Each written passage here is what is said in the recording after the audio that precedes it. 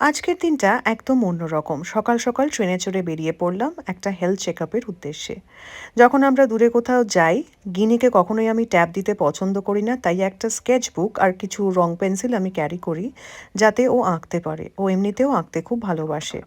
আজ আবার হয়েছে মহাবিপদ। আমাদের ডেস্টিনেশনে যাওয়ার পথে মাঝখানেই একটি ট্রেন খারাপ হয়ে গিয়েছে, তাই জন্য অনেকক্ষণ আমাদের অন্য একটি স্টেশনে অপেক্ষা করতে হলো।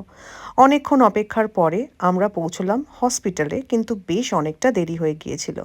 এই রকম সব গাড়ি হসপিটালে অপেক্ষা করে পেশেন্টদের একদম এন্ট্রেন্স থেকে অনেকটা দূরে যেতে হলে সেখানে ছেড়ে দেয়। আমিও সেরকম একটা গাড়িতে উঠে পড়েছিলাম। তারপরে হলো হেলথ চেকআপ। হেলথ চেকআপের পরে একটু খাওয়া দাওয়ার ব্যাপারের জন্য আমরা ঢুকে পড়েছিলাম হসপিটালের ক্যান্টিন বা রেস্টুরেন্টে। এইখানে ঠিক যেভাবে খাবার সাজানো থাকে, দেখলে তো মনে হবে কোনো 5 স্টার হোটেল। আমরা যখন বেরোলাম হসপিটাল থেকে তখন কিন্তু অনেকটাই বেলা হয়ে গিয়েছিল, তাই খাবারও প্রায় শেষের দিকে। Dessert, main course, salad, sandwich, যা চাইবেন আপনি সব কিছু পেয়ে যাবেন এই ক্যান্টিনে বা রেস্টুরেন্টে। এখানে পানীয়েরও ভালো ব্যবস্থা রয়েছে, যেরকম চাইবেন সেরকমই পানীয় এখানে রয়েছে। খাওয়ার পরে ট্রে সাজিয়ে আপনি চলে যান একদম ক্যাশ কাউন্টারে, সেখানেই পে করে দিন।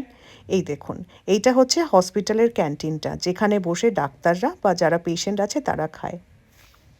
খুবই মনোরম এবং সুন্দর ব্যবস্থা, মন খারাপ থাকলে ভালো হতে বাধ্য।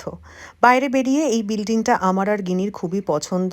অনেক পুরনো বিল্ডিং, কিন্তু এটা রেসিডেন্সিয়াল পারপাসেই হয়তো বিক্রি হয়।